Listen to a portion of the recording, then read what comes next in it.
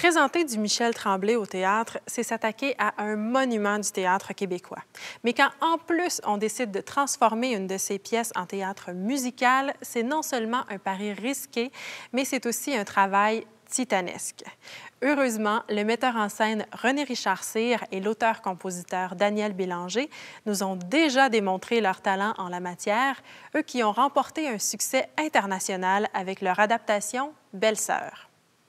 Pour poursuivre cette fructueuse collaboration, il nous présente maintenant le chant de Sainte-Carmen de la Maine, tiré de la pièce Sainte-Carmen de la Maine de Michel Tremblay. Parmi l'impressionnante distribution qui regroupera une vingtaine d'artistes sur scène, on retrouve Maude Guérin, que nous avons d'ailleurs pu voir dans Belle-Sœur et qui incarnera cette fois-ci l'ardente et radieuse Carmen. On se transporte dans le Montréal des années 70, plus précisément sur la Maine. C'est un quartier de vie nocturne, de bars malfamés, de personnages bigarrés. Carmen est de retour. Elle revient d'un stage de perfectionnement à Nashville. Forte de cette expérience, elle décide qu'elle mettra de côté les chansons western écrites par les autres pour chanter dorénavant ses propres compositions, parlant des gens de la Maine. Des chansons pour réveiller la conscience de son public et lui redonner sa dignité. Ce que Carmen ne sait pas, c'est qu'en valorisant les gens de la Maine, elle devient la proie de l'opportunisme des uns et du cynisme des autres.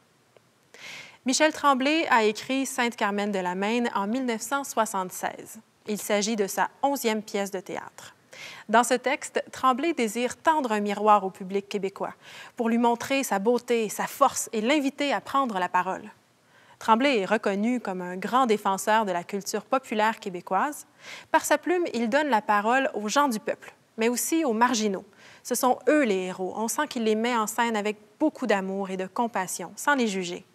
Même si Sainte-Carmen a été écrite il y a plus de 30 ans, son propos et les personnages qu'on y retrouve restent encore criants d'actualité. Pas étonnant donc que René-Richard Cyr et Daniel Bélanger aient choisi ce texte comme terrain de jeu. Un spectacle en théâtre, mais aussi en chanson et en musique, à voir absolument.